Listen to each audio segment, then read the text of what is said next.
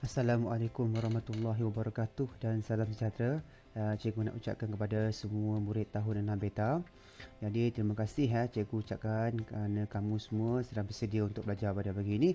Jadi sebelum kita mulakan kelas kita pada pagi ini, marilah kita bersama-sama membacakan doa ya. Okey, bismillahirrahmanirrahim.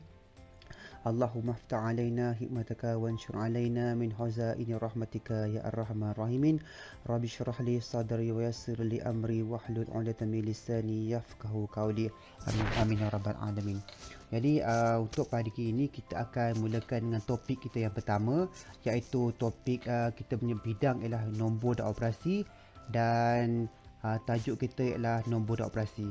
Jadi untuk pada pagi ini standard kandungan kita ialah mengaplikasikan sebarang nombor, dan juga standard pembelajaran kita ialah mewakilkan penggunaan kalkulator bagi menyelesaikan masalah pengiraan termasuk pembundaran dan pola nombor. Okey, jadi di sini cikgu highlightkan, cikgu merahkan berkenaan kalkulator. Jadi cikgu rasa kamu semua biasa melihat kalkulator. Jadi terdapat dua jenis kalkulator yang popular di pasaran pada hari ini, iaitu kalkulator biasa dan juga kalkulator saintifik ya. Okey, contoh kalkulator biasa ya. Kalkulator biasa seperti di sebelah kiri cikgu ni, gambar ni. Okey, kalkulator biasa dia ada fungsi-fungsi yang biasa saja. Ada paparan nombor, ada operasi yang 4 ya, tambah, tolak, darab dan bahagi. Dan juga dia hanya melakukan operasi-operasi yang mudah berbanding dengan kalkulator saintifik. Kalkulator saintifik di sebelah kanan cikgu ni, dia melibatkan fungsi-fungsi yang lebih rumit lah ya, lebih rumit. Mungkin kamu semua akan belajar nanti pada waktu sekolah menengah nanti ya. Okey, di sini cikgu ada contoh. Nah, ni cikgu punya kalkulator. Okey, cikgu punya kalkulator ialah kalkulator saintifik yang mana cikgu dah lama guna ni ya. Okey, jadi sangat membantu cikgu lah untuk pengiraan ya. Okey, so kita teruskan dengan contoh kita yang pertama ya.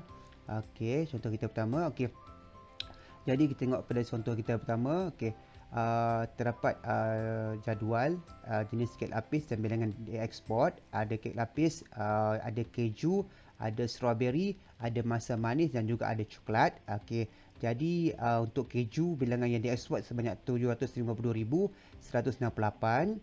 Untuk strawberry 319,504. Untuk masa manis 180,097, dan untuk coklat 85,479. Jadi soalan ni adalah hitung jumlah kek lapis, keju dan coklat yang dieksport. Okey, jadi cikgu buka kepada satu paparan kalkulator. Okey, jadi kita buat sama-sama. Okey, jadi kita tengok ya, kek lapis, keju dan coklat ya. Okey, jadi kita ambil keju yang nombor ni dan coklat yang di sini. Okey, jadi kita tambahkan. Jadi 752,168 tambah 85,479, dan untuk dapat jawapan kita tekan tanda sama dengan ya, sama dengan. Okey, jadi jawapan ialah 837,647. Jadi kita tulis dalam bentuk nombor ayat matematik dia.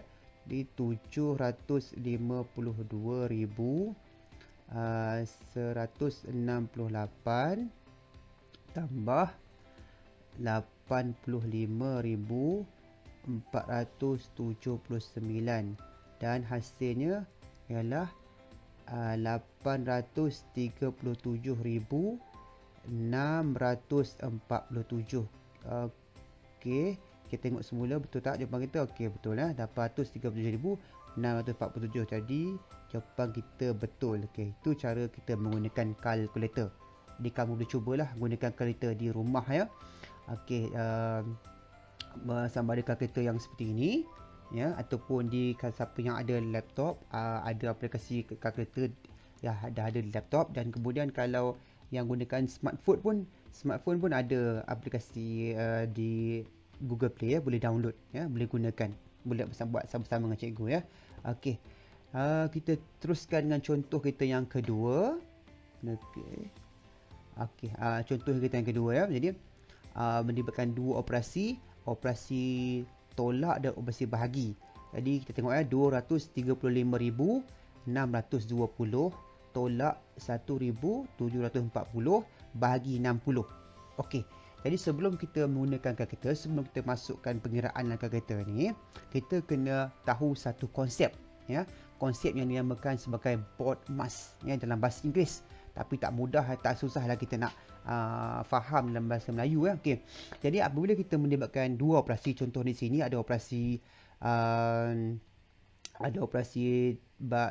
tolak dan operasi bahagi. Jadi apabila dia melibatkan dua fungsi ya, dua operasi, jadi kita kena faham bahawa ada turutan operasi yang kita kena patuh pada aturannya ya. Okey, jadi cikgu terangkan sedikit tentang BODMAS. Okey, BODMAS ini sistemnya kita kena aturan operasi tersebut. Jadi maknanya kalau kita jumpa operasi yang mana yang ni, kita kena ikut aturan dia ya. Okey, jadi kita tengok ya. Kalau kita jumpa pertama sekali, kita mesti selesaikan operasi yang dalam kurungan, brackets ya. Yang kedua, orders. Orders ni tak melibatkan metode sekolah rendah lah, di sekolah menengah ya. Jadi kamu semua tak libat. Okey. Yang ketiga, division. Yang keempat, multiplication. Okey, division tadi bahagi, multiplication ialah darab, addition penambahan, dan juga subtraction penolakan. Okey. Jadi di sini ya, operasi pertama kita jumpa ialah operasi tolak, dan kedua ialah bahagi. Jadi kalau kamu tengok operasi dalam susunan ini, operasi yang didahulukan ni patutnya adalah operasi bahagi ya. Ini operasi yang pertama mesti kita buat, dan yang kedua tolak di sini. So maknanya kamu kena selesaikan operasi pembahagian dahulu ya. Okey. Jadi kita buat operasi bahagi dahulu, kemudian barulah kita buat operasi tolak. Okay, jadi cikgu salin semula ayat matematik di atas. 235,620. Okey. Kemudian tolak 1,740 bahagi 60. Okey. Ya, di sini cikgu kurungkan, cikgu buat kurungan bermakna operasi ini yang kita buat dahulu ya. Kita tak boleh buat sekaligus. Kalau sekaligus nanti penyelesaiannya akan tak betul lah, kurang tepat ya. Okey, jadi kita gunakan kalkulator kita yang tadi. Okey. Jadi kita masukkan ya, kita buat operasi belakang dahulu ya, kemudian baru kita buat operasi yang di depan. Jadi kita padam semula yang tadi. Okey. Jadi 1,740 bahagi 60. Okey, jawapannya 29. Okey, jadi maksudnya kita boleh tulis semula ayat matematik ni. Jadi kita tulis semula 235,620 tolak 29. Okey, jadi kita dah dapat penyelesaian tadi kan. Yang ini kita dah dapat penyelesaian, jadi tak ada dah. Jadi kita teruskan dengan 29. Jadi kita teruskan dengan operasi yang kedua, penolakan ya. Penolakan. Jadi kita masukkan 235,620 tolak 29. Jadi hasilannya ialah 235,591. Okey. Betul tak? Sama tak dengan jawapan yang kamu dapat? Ya, cikgu rasa sama je, senang je operasi ni ya. Lagi-lagi kita guna kalkulator ya, tak susah mana. Okey. Jadi itu dua soalan, contoh yang kedua. Jadi ingat ya, anda semua kamu semua mesti ikut kepada aturan ni dalam menyelesaikan operasi matematik ya. Mesti, jangan tak ikut. Kalau tak ikut nanti jawapan akan jadi kurang tepat ataupun salah. Okey, faham ya? Okay, jadi teruskan dengan contoh yang kita yang ketiga. Okey, kita cuba contoh kita yang ketiga pun melibatkan dua operasi, iaitu operasi yang pertama ialah operasi darab, tambah, dan kedua operasi darab. Okey. Mana yang kita kena buat dulu? Kita tengok pada kotak buat emas tadi. Okey. Darab di sini. Darab di belakang tambah di belakang darab ya. Okey, darab dulu baru tambah. Jadi kita kena buat yang pertama, kita kena buat darab dahulu ya. Ini operasi kita yang pertama.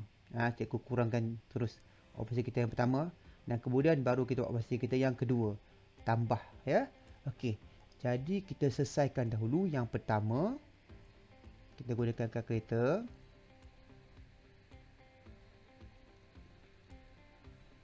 Okey. 675 darab 14. Okey. Jawapannya 9450. Jadi kita boleh gantikan dalam ayat matematik di atas, 98,130 tambah 9,450. Okey. Jadi kita gunakan semula kalkulator kita.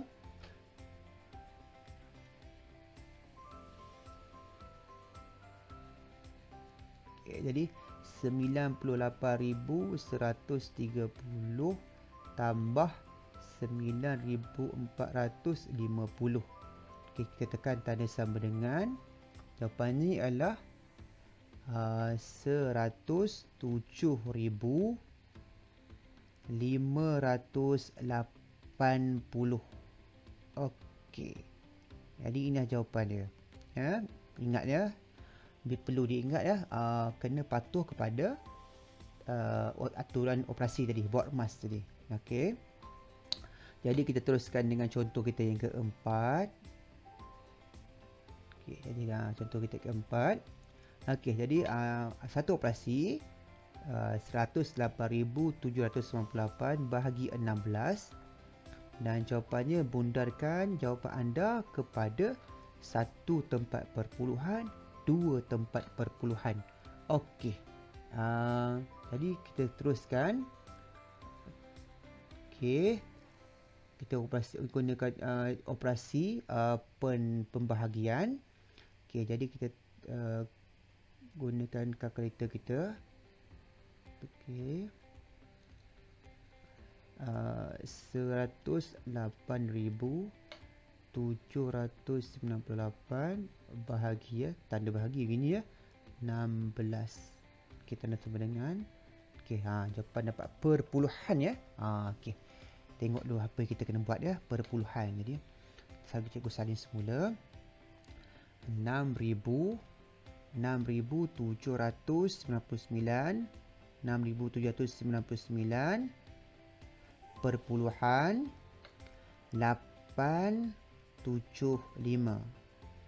Okey, kita tengok sama tak dengan jawapan. Okey, sama ya. Okey, kita tengok ya. Untuk A, dia nak satu tempat perpuluhan. Apa maksud satu tempat perpuluhan? Apa maksud dia? Okey, satu tempat perpuluhan tu bermakna selepas titik perpuluhan ini dia hanya ada satu nombor saja, satu digit saja ya, satu digit. Okey, contoh sini dia ada 3 digit. Jadi kita kena kurangkan menjadi satu digit saja. Okey, bagaimana? Bagaimana kita nak buat? Ya? Okey. Inilah kita namakan sebagai konsep apa? Konsep pembundaran. Pembundaran nombor. Okey, jadi cikgu pasti kamu dah belajar konsep pembundaran ni. Dah lama dah, tahun 4 belajar, tahun 5 belajar. Jadi tahun ni sebagai pengulangan sahaja. Ya, pembundaran nombor.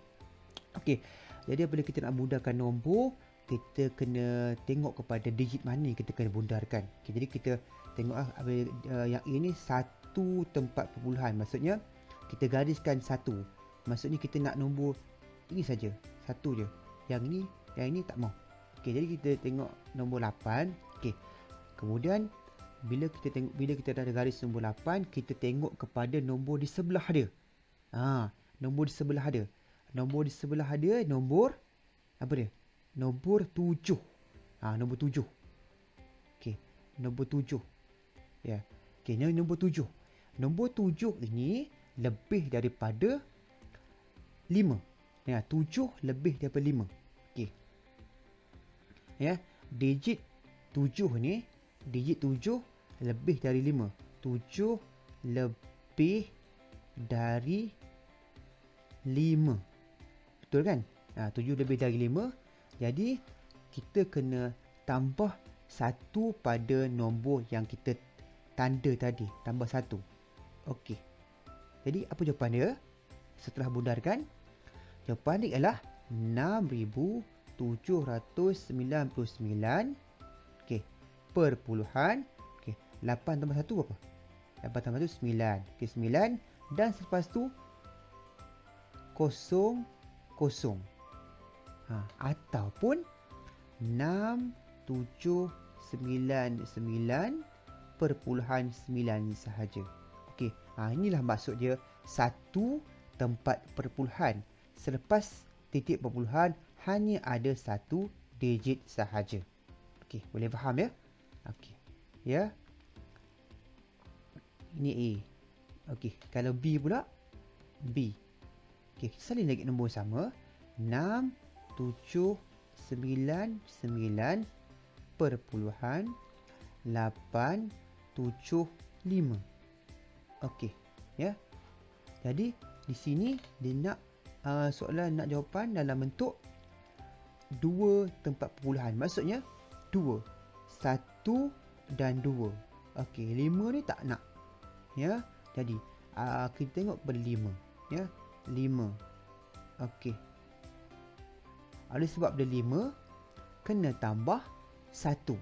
Kalau di bawah 5 tak perlu tambah 1. Jadi kita kena tambah 1.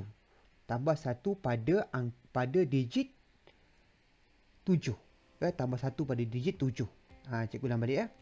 Okey. Kalau lebih daripada 5, tambah pada digit. Kalau tadi dah tambah daripada 8, ni tambah pada 7. Tambah pada nombor sebelah dia. Ya, tambah pada nombor sebelah dia. Okey.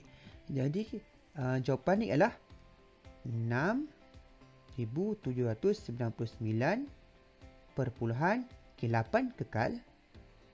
7 tambah 1, 8.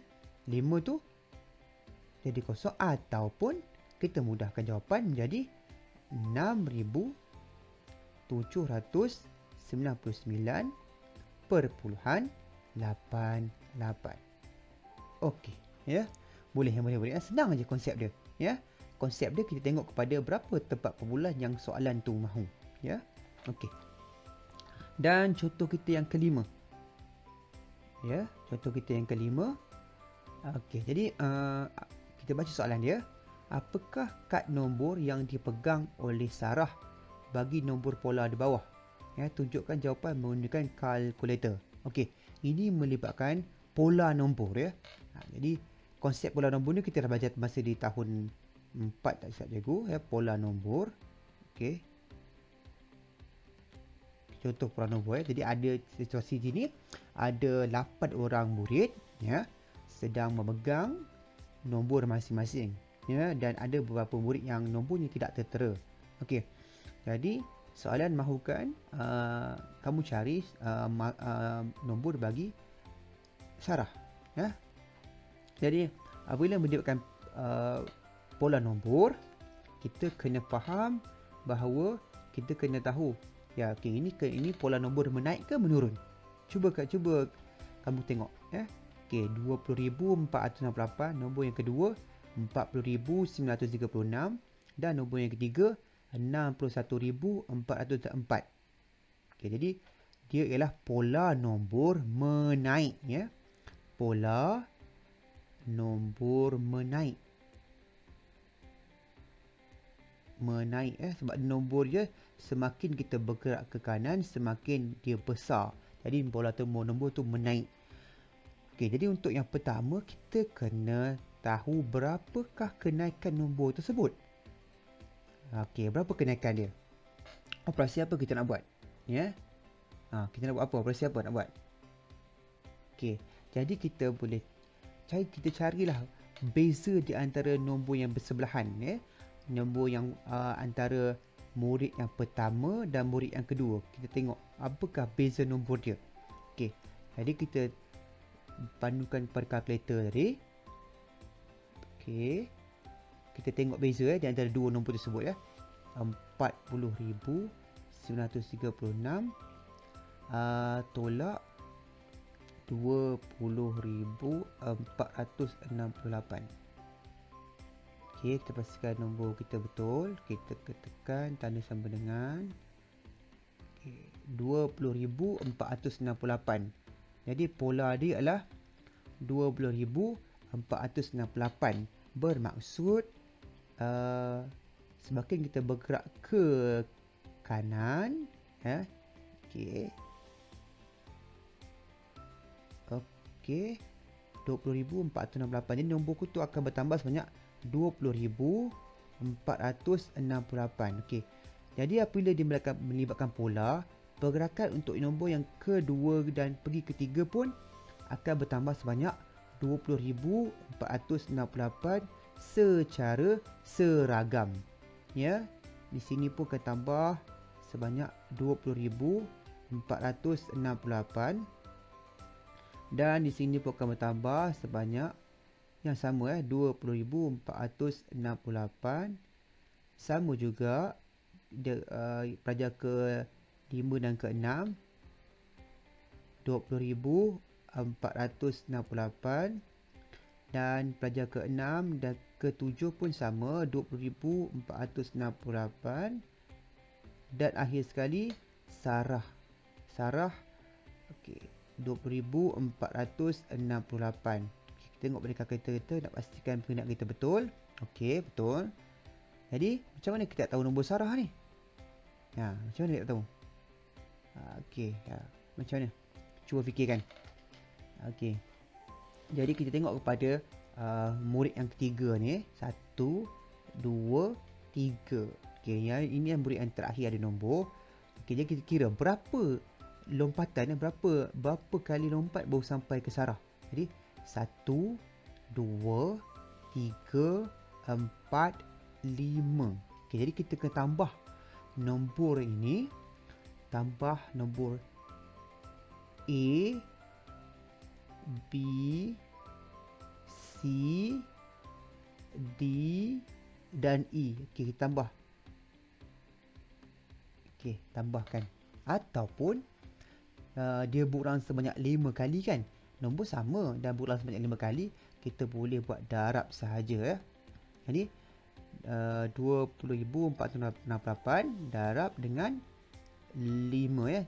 1, 2, 3, 4, 5. 5. Okey, dapat jawapan 102,340. Dapat jawapan sebanyak 102,340.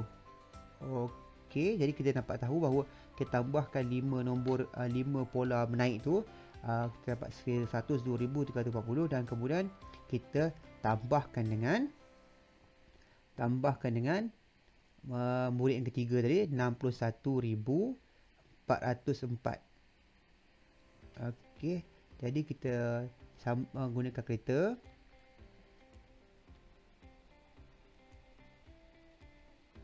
Ini 61,404 tambah 102,340. Jadi jawapan ini adalah 163,744. 163,744. Okey. Ya, okey. Ya, jadi cikgu harap kamu dapat faham lah macam mana kita nak selesaikan soalan yang melibatkan pola nombor. Senang je. Kita tengok pada berapa kenaikan dia dan kemudian kita tambahlah untuk dapatkan jawapan untuk Sarah. Jadi nombor Sarah ya. Okey, nombor Sarah ialah 163,744. Okey. Jadi contoh daripada cikgu pun dah tamat. Jadi cikgu harap kamu semua dapat faham lah apa yang kita belajar pada hari ini ya. Okey, jadi tengok tadi ya, kita dah belajar gunakan kalkulator untuk menyelesaikan pengiraan ya.